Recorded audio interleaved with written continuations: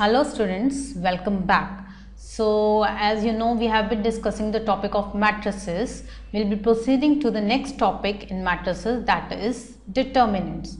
So what exactly, first of all, we'll be discussing the concept of determinants, then we'll switch to properties of determinant of a matrix. Now what exactly do we mean by the term determinant of a matrix? See, as far as the term determinant is concerned, first of all you need to know that the term determinant is in context of a square matrix. Square matrix, number of columns equal to number of rows.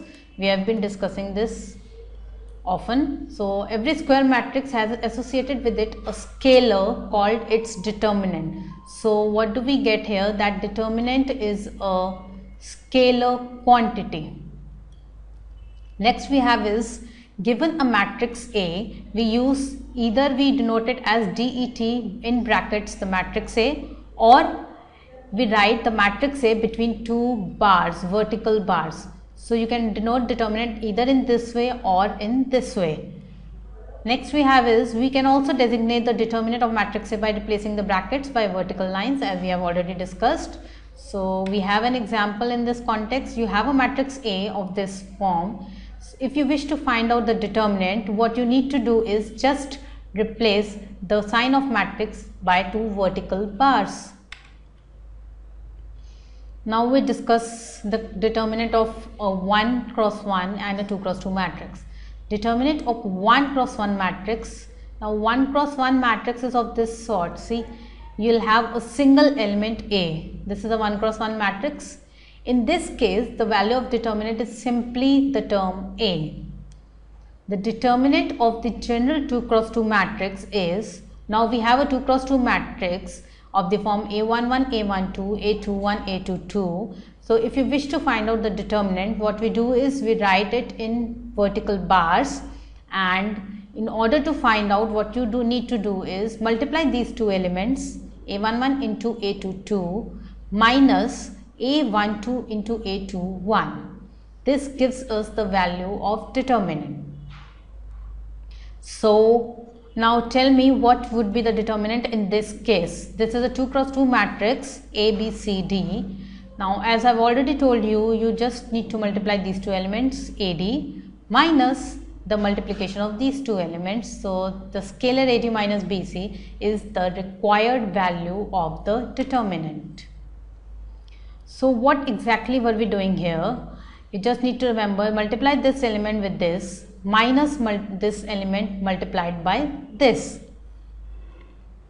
Next we have is determinant of order 3.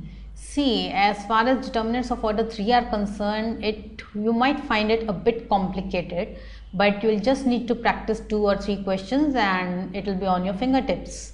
So we have an example A of matrix this. You wish to figure out its determinant. So what you will be doing is, see, be careful in this case.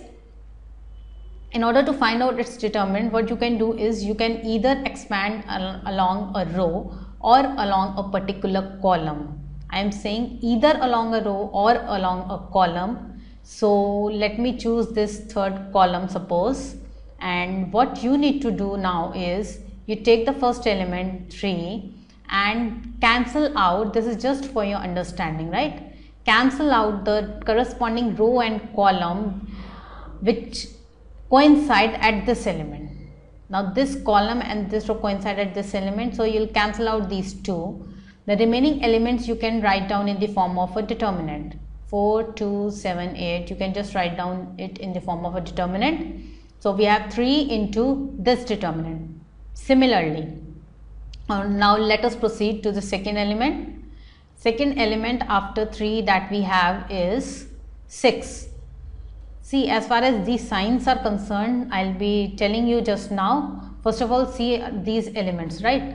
So next we have is 6. You write down 6, then you cancel out the row and the column and you write down the remaining elements in the form of a determinant. So we have 1, 2, 7, 8. I have this. Similarly, next element is 9 and I get this determinant. Now comes the issue of signs. How do you figure out which sign are you supposed to take? What you need to do is check the position of this element, right? The position of this element is, it is in the first row and third column. So we have A1 3. You add the subscripts, this 1 and 3, you get 4, and since it's an even number, you'll have a positive sign.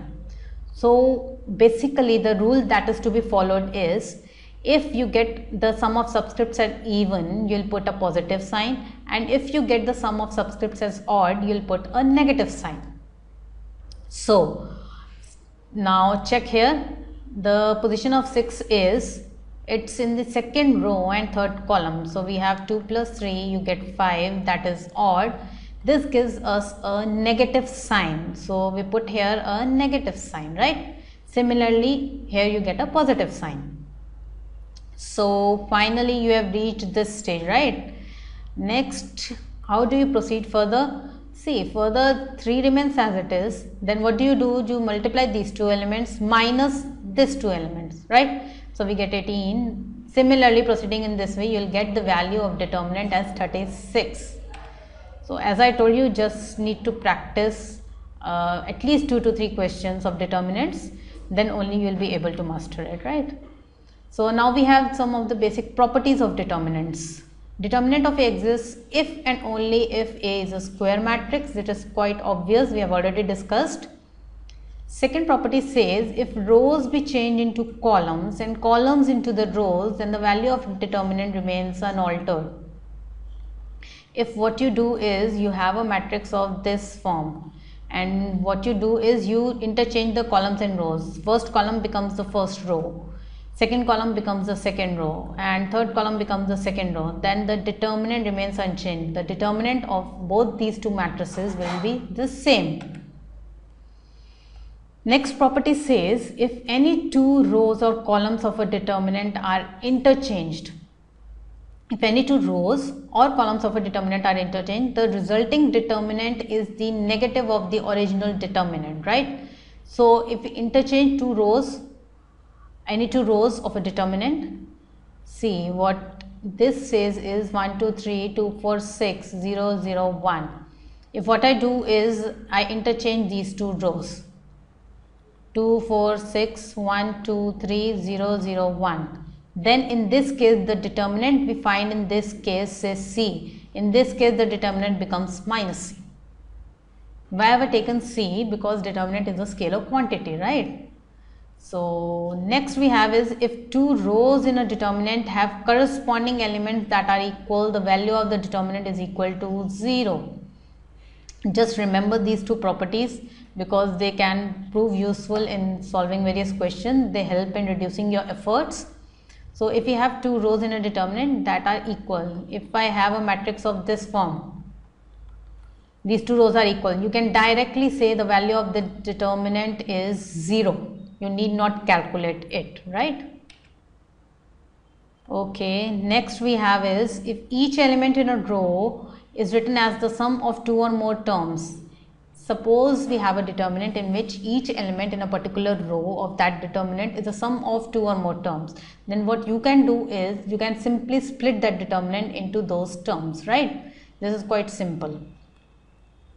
Next we have is determinant of Ka. K is a scalar. Determinant of Ka is equal to k raised to n determinant of A, where n is the order of the square matrix.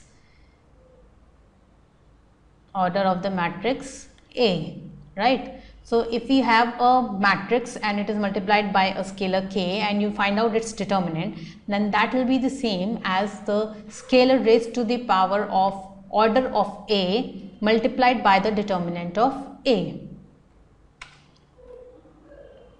Next we have, in continuation of these properties, if every element of row is 0, then determinant of A is 0. If you have a particular row which has got all zeros, see, suppose we have this form of matrix, A is of this form, then determinant of A would be equal to 0. Similarly, even if a particular column is 0, then the determinant is also 0. Next we have is determinant of A transpose is equal to determinant of A. That means determinant of a matrix is same as the determinant of its transpose.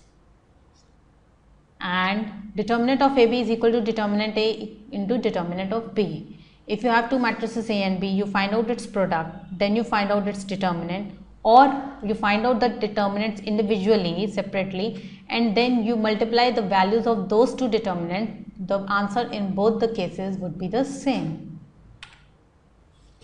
Okay, now we have an example in this context that says, show that the determinant of any orthogonal matrix is either +1 or -1. First of all, tell me what is an orthogonal matrix. We had discussed in the previous session, right? So orthogonal matrix is basically which satisfies A into A transpose is equal to identity matrix. So how do I proceed? I need to find out the determinant. So I take determinant on both sides, and determinant of an identity matrix is 1. Now this can be split into two parts as we have already discussed. This gives me this. Again, this is equal to determinant of A, so I get determinant A is equal to 1.